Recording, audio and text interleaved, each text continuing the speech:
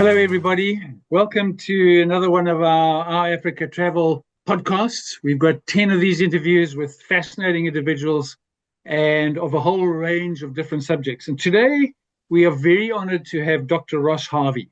He's a resource economist. And our topics for today are two really important ones. How can tour operators and travel agents become the most effective conservationists around? A huge issue. And the second part is why flying to Africa might be good for climate change. And we'll sort of touch on that a little bit later when we get to that, but we're going to divide up into two sections. Ross Harvey, you're a resource economist. Tell us about you. What do you do? How did you get into, as an economist, get into the wildlife space?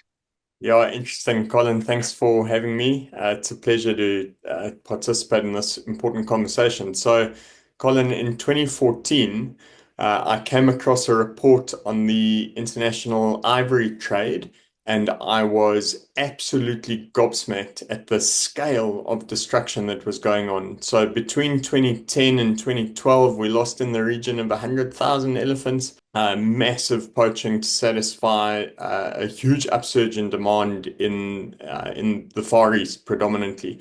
And so I got involved as an economist in these debates around the viability of an international ivory trade or not. And after having kind of crunched the numbers and done the theory, I arrived at the fairly strong conclusion that ivory belongs to elephants and no one else. We need to keep it there. And actually, it makes economic sense in the context of this planet that we've been given a responsibility to steward to actually keep ivory out of being traded. So that was my introduction to kind of serious wildlife ecological economics. And I've been kind of dabbling in that since 2014. So it's been a good 10 years, always involved in these controversial debates, it seems. Fantastic. So, Ross, the biggest issue we're facing, and throughout these podcasts, we talk about conservation without cash is a conversation. Conservation and park management needs money. Why are we short of money, number one? And how can tour operators in the travel channel be part of the solution or become more part of the solution? Colin, look, I mean, in the absence of a global biodiversity tax, economists tend to think about kind of silver bullet solutions, but it's very difficult to overcome the collective action problems one would need to exact a global biodiversity tax, although I think we should have one. Because without it, we really are going to suffer. You don't want to live in a city that's 50 degrees Celsius on average. You can't. So conservation needs money. And we're going to need at least another $1 billion just to protect our existing kind of protected areas, between now and 2050. So as an economist, you've got to think about value adding activities that can actually serve people and conservation. And tourism is the obvious one. Now, of course, not all operators are equal. Some are conservation minded. Others are in it for a quick buck. But I think that where tour operators can really add significant value is firstly by thinking about how to generate a portion of their sales directly to conservation efforts, particularly in Africa. And the other thing is to crowd out the bad apples through making it extremely attractive to ethically conscious consumers, tourists, to actually invest in tours that have proper credentials and certified credentials. In other words, you want your ethically conscious consumer to be satisfied that they're not participating in some greenwashing scheme, but actually are spending their cash with tour operators who are connected to the best service providers and are channeling their revenue and their tourists into the right places, who are ecologically conscious and giving back. So, Ross, a lot of consumers, and this is changing, but a lot of consumers don't give a hoot. They want the best holiday, the best price, off they go. So, is it all about the end user, the tourist, or is it the tour operator who's actually going to harness that in the best possible way for good? Yeah, I think it's both. There probably is an upsurge in ethically conscious tourism. But I take your point. Many end users are perhaps not as concerned as you and I would be. But that creates an opportunity for the tour operators and the actual service providers on the ground to become part of communicating why it is so important, and starting to give back. So, we've spoken in the past about Patagonia. I looked at it again today. It's just a brilliant example of a company that is genuinely committed, and is set apart, because it's not into greenwashing. You can go and do the background checks, and giving 1% back means that since inception of this idea, they've generated over $140 million towards conserving the planet. And that's really significant. So I think there's an opportunity here through becoming part of the 1% movement, if you like, to actually market yourself as a tour operator as ethically conscious and as giving back. If you just crunch a few numbers, you start to see how much this makes business sense and how much it makes ecological sense. And the exciting thing for me about tourism and the opportunity in the tourism space is that you can generate ecological economic benefit. One doesn't have to come at the expense of the other, and that's unusual. So, Ross, the Patagonia is 1%. Is that 1% of profit or 1% of turnover? It's 1% of sales. So that's of gross sales. Of Very gross important sales. point, because you can manipulate profit, but you can't manipulate your total income into a company. Yeah. So they take 1% of their sales and they put that into good causes. Imagine if the tour operators could on scale do that. But what do they do with that money? I mean, it's very hard once you've got the money. What do they do? They're sitting in Los Angeles or London, Sydney, wherever. What do they do? Yeah, so look, I mean, there are a number of really good schemes, but if you just consider one, I mean, here's just one example. Carbon Tanzania, they've got a range of forest preservation activities, for lack of a better phrase, and you can buy your carbon credits. I mean, there's just one example, or you can give cash donations directly, but the money that goes into those projects is distributed directly to community members who are then directly incentivized to preserve those forests instead of over extracting from those forests. And forests, as we know, are a massive carbon sequester. Up to 11 tons of carbon can be sequestered in 1 hectare of forest.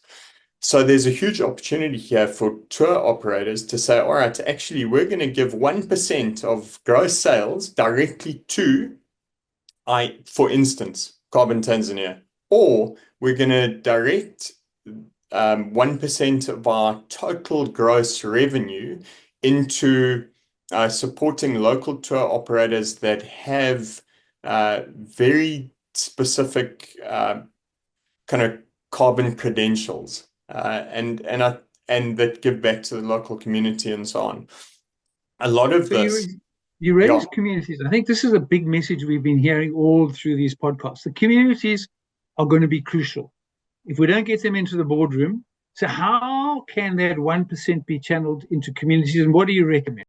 So, look, I think the key principle here is for that money, let's say that 1%, to go as close to the coalface as possible. You really want that money to be invested in the country that is the ultimate recipient of that tour, or those tourists. And so you've got an opportunity here to say, look, if your passion is health or education, we will channel this money into local NGOs that are certified and verified by external independent auditors and so on as providing reliable services. You see, so much of this is about giving confidence to the investor, as it were, that money is actually going to credible, legitimate local causes. And what this does, let's say, for instance, you you channel a tour to Botswana, a lot of the narrative in Botswana has been that too much money remains outside of the company. In other words, the tour operators based in London, Joburg, wherever, consume a large part of the value chain. And that money is never actually seen on the ground. Now, unfortunately, that kind of thing gives rise to narratives within the country that we need different solutions to tourism. We can't rely on tourism. And so those countries start to justify ecologically destructive practices on the grounds that tour operators basically extract value and don't give back. So this is a huge opportunity for tour operators to demonstrate that they are giving back. And in the process, actually, and contributing to local NGOs who do look after communities and inadvertently then incentivize communities to preserve value. What I mean by that is actually literally not extract resources from areas that we're trying to conserve for nature. That actually really helps everybody in this ecosystem, if you like. Great. And just, if I'm a tour operator, I'm sitting wherever outside of the country and I've saved up $500, can that make a difference? What do you know? What $500 US Yeah. dollars? The kind of thinking is, I'm too small. But what can happen with that $500? Yeah. So amazingly enough, 500 US dollars can buy you the equivalent of about 5,000 meals through various schemes. Now, the amazing thing about that is that that's a small amount of money in dollar terms that can go a huge way to feeding local people. And we don't often tend to think about the broader implications of something like that.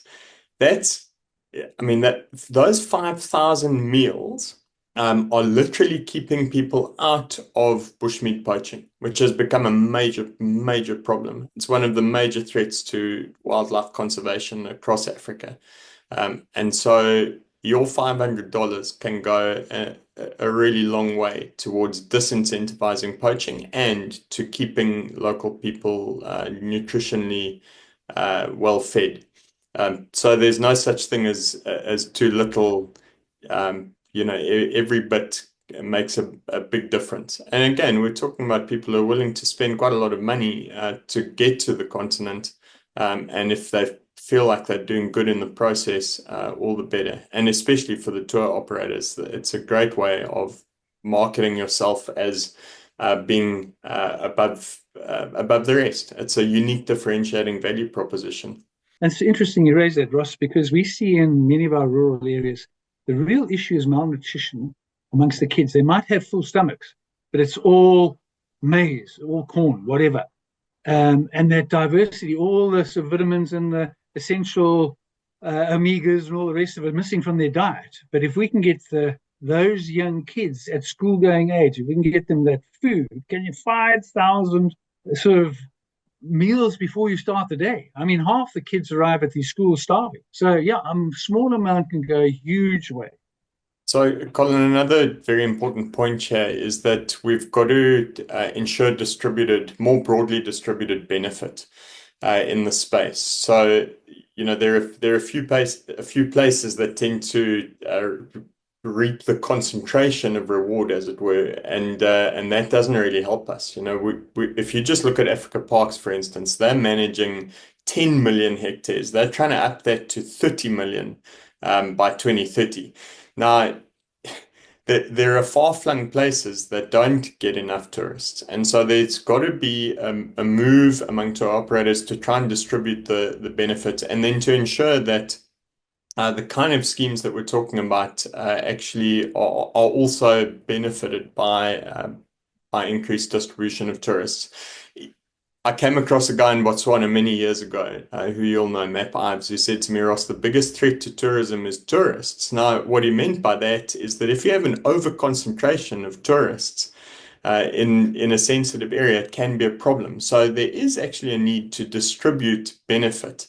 And there are plenty of far-flung, amazing places to go that many tourists don't get to. And so tour operators also need to start thinking out the box in that respect. And this way also, I mean, the benefits of just feeding children in far-flung places like Chad or the Central African Republic or whatever, that it's extraordinary. You can't educate a hungry child. So feeding schemes, for instance, are that employ proper nutrition back into the diet. These things are worth their weight in gold in terms of global development benefit. So what you're saying in a way, the tourists, the travel industry, the travel channel is controlling the money, and through the money, through maybe a 1% scheme of turnover, but also where they're funneling the money and where they can become the drivers of conservation. Is that Yeah. what you say? Oh, absolutely. Absolutely. And, I think it's an amazing opportunity, but especially given that the narrative, as I say, has often been, these tour operators just keep the money. Actually, there's a huge opportunity here to say, no, look, actually, we are the primary drivers of conservation value. We're thinking about ways in which to distribute benefit and fund conservation, which outside of tourism is extremely difficult to fund. Even if we had a mass influx of tourists across the continent today, it's not clear that it would necessarily contribute to conservation. So tour operators are in prime position to actually become the drivers of change. Fantastic. Wonderful. Thank you, Ross. Okay, this whole narrative, Greta Thunberg saying we're going to have flight training. Oh, And we saw during COVID, when we had no tourists, there was not enough money to manage parks. There was not enough money to go into communities. We saw a huge upsurge in poaching. And we clearly found out, because in particular Africa, conservation doesn't buy votes. We had the most dire situation. Fortunately, it was a relatively short period. But when we didn't have tourists, suddenly the park infrastructure got creaky and in many areas collapsed. So, what would you say to Greta Thunberg? Why we should look at an African exemption for this flight shaming? Is this something you would agree with, or is this something which is foreign to you? yeah, Colin, I would absolutely agree with that. One of my favorite economists, actually, Darren Acemoglu, who was the recent recipient of a Nobel Prize in economics, rightly stated that, look, what Greta Thunberg has done for the world is fine in terms of awareness, but actually, we need adults to start thinking about the difficult policy implications. And in fact, that's a difficult set of questions. And it's not, the solution is not to say, stop flying, flight shaming, because as you rightly point out, if tourists stop coming to Africa, where on earth are you going to get conservation funding for the millions of hectares that have to be conserved that are ironically carbon sequestrators? Now, what I mean by that is that forests and savanna forests and actual forests, they store carbon that would otherwise be released into the atmosphere and further contribute to global warming and climate change and so on. So to give you an idea, 1 hectare of forest can store up to 11 tons of carbon. Now, if you fly from New York to Cape Town and back, you essentially use your carbon footprint for that flight is 3.39 tons. Now, if you put 500 people on an Airbus, and they, all emit that, so your total carbon, there's 1,779 tons from one Airbus flight, New York, Cape Town return. But if those 525 people buy a carbon credit from an outfit like Carbon Tanzania at $15 a ton, and that money goes directly into conservation, the carbon sequestration value of preserving those forests, which arguably wouldn't otherwise be preserved, is much higher than the carbon footprint of the flight. And that's just a small example. So it's important to remember as well that we're not just talking about rainforests. We're talking about dryland savannas as well, where the soil quality is preserved through conservation. This is, by the way, one of the fascinating things about elephants is that as mega herbivores, they engineer landscapes, and the landscape is constantly being regenerated. And so your soil quality is actually incredibly valuable for sequestrating carbon under the surface. And so we shouldn't just think about carbon sequestration in forest terms. A lot of our carbon is stored in the soil and in the ocean. And this is why whales actually are so enormously useful for storing carbon in the ocean. So that's an aside. But I think it's really important if you understand, just again, taking the Africa Parks example, the 10 million hectares currently under management by African Parks is predominantly savanna. Let's say that at $100 a ton, which is what carbon probably should be valued at, we're looking at 10 million hectares multiplied by $100 a ton of carbon sequestration value, let's say of 11 tons per hectare. And you do the maths on that, uh, it's an amazing contribution to carbon sequestration. And if we did actually value carbon accurately, that would be the value that initiative alone is adding to the planet. Wow. I seem to remember that as soon as the carbon in the soils are only really good if they're pristine. As soon as we have people, houses, cattle, and all the rest of it, it goes. Yeah. Is that correct? Yeah, I think that's accurate, Colin. I mean, there's an argument to be made for cattle wildlife coexistence and rotation and so on, but But I'm by talking and about habitation. Once you've got habitation and people, we lose it. So it's large, in our interest as a industry to make sure we're preserving not only the forests, but also the great open plains of the Serengeti, the Mara, those wonderful places in Kenya. I mean, all the way through the Kafue, Okavango, all these things are crucial yeah, for climate change, for the health of the planet. yeah, Basically, absolutely. Africa, through its size, is taking all the first world carbon and we're cleaning it up for the planet, but we're not being rewarded. How do we Well, change that?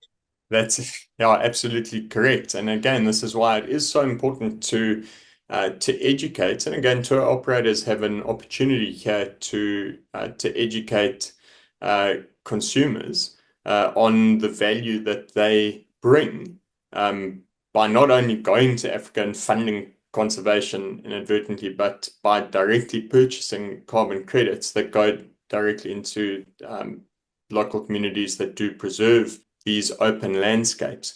I think, again, it's critical to understand that if you have bushmeat poaching, the soil quality is actually affected.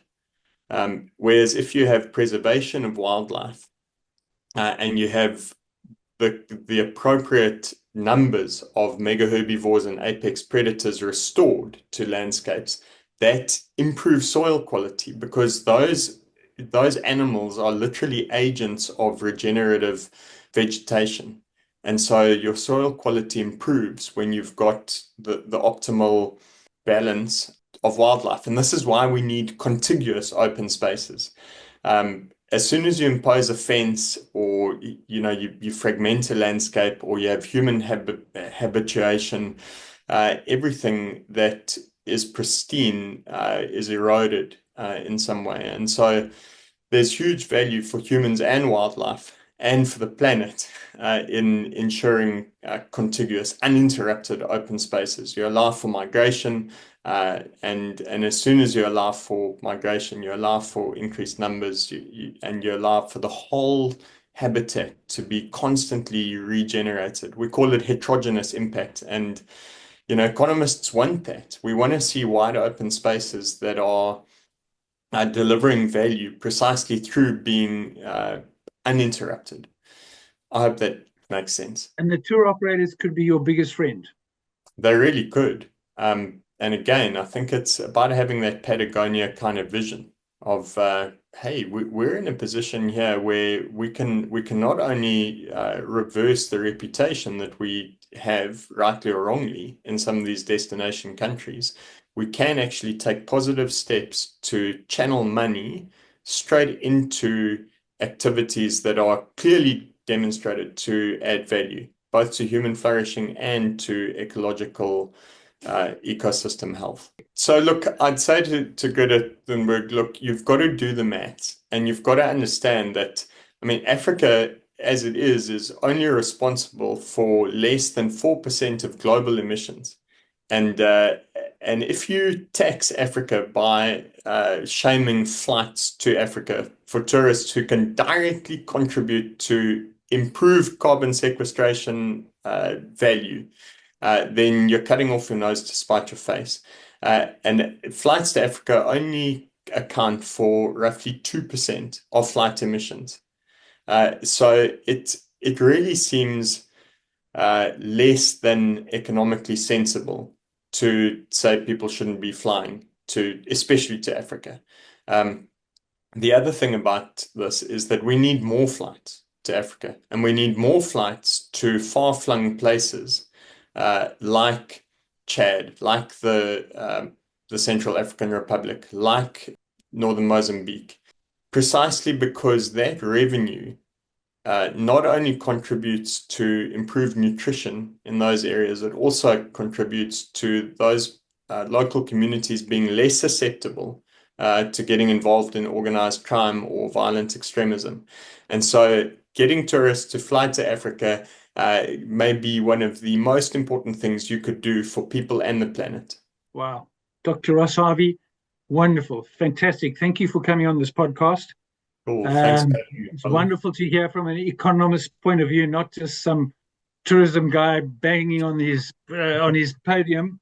Yeah, my name's Colin Bell, Natural Selections. Ross, thank you very much. We appreciate your time.